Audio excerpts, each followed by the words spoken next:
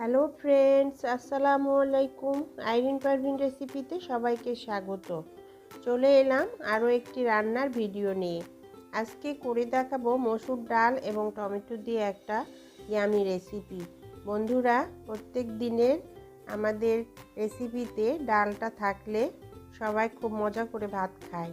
আর ডাল আমরা প্রত্যেক দিন রান্না করি, একই টাইপের ডাল রান্না করলে পারে বোরিং লাগে। তো মাঝে মাঝে যদি একটু চেঞ্জ করে রান্না করি তাহলে ডালটা খেতে খুব সুস্বাদু লাগে, একটু টেস্টটাও বদলায়। এখানে আমি এক বাটি মসুর ডাল নিয়েছি আর টমেটো মোটা মোটা পিস করে কেটে নিয়েছি। এবার আমি রান্নার প্রসেসে চলে যাব। এখানে আমি এক বাটি ডাল পরিষ্কার করে ধুয়ে পানি ঝরিয়ে নিয়েছি। এবার ডালটা একটা প্যানে দিয়ে দিলাম আর সেখানে আমি পরিমাণ মতো পানি অ্যাড করে দিব। ডালটা সিদ্ধ হওয়ার জন্য যতটুকু পানি প্রয়োজন ততটুকু পানি এখানে অ্যাড করে দিলাম। আর এখানে আমি 5টা কাঁচা মরিচ মাঝখান থেকে কেটে এটাতে অ্যাড করে দিলাম।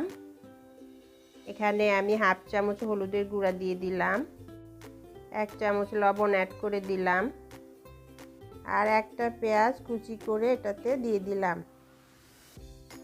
এবার একটু নেড়ে চেড়ে ভালো মতো চুলার আঁচ বাড়িয়ে দিয়ে বলক তুলে নেব। একদম প্রপারলি একটা বলক চলে আসলে দেখুন, একদম 4-5 থেকে প্রপারলি একটা বলক চলে এসেছে।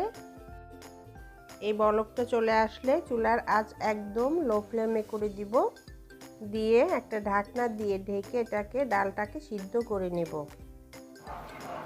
15 থেকে 20 মিনিট পর ফিরে আসলাম। দেখুন, ঢাকনাটা উঠিয়ে দেখে নেব ডালটা সিদ্ধ হয়েছে কিনা। ডালটা একদম পারফেক্ট সিদ্ধ হয়ে গেছে। একটু চেপে দেখে নিলাম, ডালটা একদম ভালো মতো সিদ্ধ হয়ে গেছে। আর দরকার নাই এটা রান্না করার বা সিদ্ধ করার। এবার এখানে আমি টমেটো কুচি করে কেটে নিয়েছিলাম, স্লাইসগুলো মোটা মোটা করে কেটে নিয়েছি যেহেতু এটা সিদ্ধ করব। এখানে আমি একটা টমেটো ফালি করে নিয়েছি, সেটা অ্যাড করে দিলাম আর কিছু পানি দিয়ে এটা ঢাকনা দিয়ে ঢেকে আবার লো ফ্লেমে এটাকে সিদ্ধ করে নেব। কতক্ষণ পর ফিরে আসলাম, দেখুন টমেটোগুলো একদম নরম হয়ে গেছে। এবার কি করব, একটা ডাল ঘুটনি দিয়ে ডালটাকে ভালো করে ঘুটে নিব। ডাল আর টমেটোটাকে একসাথে ম্যাশ করে মিশিয়ে দেব ঘুটনি দিয়ে।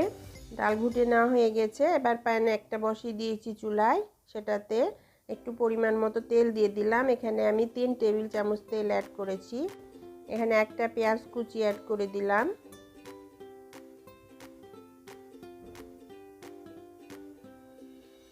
দুটা শুকনো মরিচ দিয়ে দিলাম, দুটা কাঁচা মরিচ দিয়ে দিলাম, একটা লাল এবং একটা সবুজ। আর কাঁচা মরিচের যে চিকন মাথাটা আছে সেটা একটু আঙুল দিয়ে কেটে দিলাম, না হলে কাঁচা মরিচগুলো ফাটবে। একটা তেজপাতা দিয়ে দিলাম, দিয়ে ভালো করে নেড়ে চেড়ে মিশিয়ে নিব। আর এখানে আমি 3টা রসুন একদম কুচি করে নিয়েছি। এই ছোট রসুন এটা আমার তো 3টা লেগেছে। 3টা রসুন কুচি এখানে আমি অ্যাড করে দিলাম, দিয়ে এটা নেড়ে চেড়ে ভালো করে ব্রাউন কালার করে ভেজে নেব।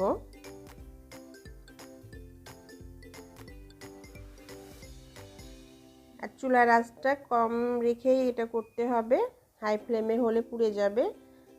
পেঁয়াজটা ভাজা হয়ে গেছে, এটা এবার আমি কি করব, ডালের মধ্যে অ্যাড করে দিব।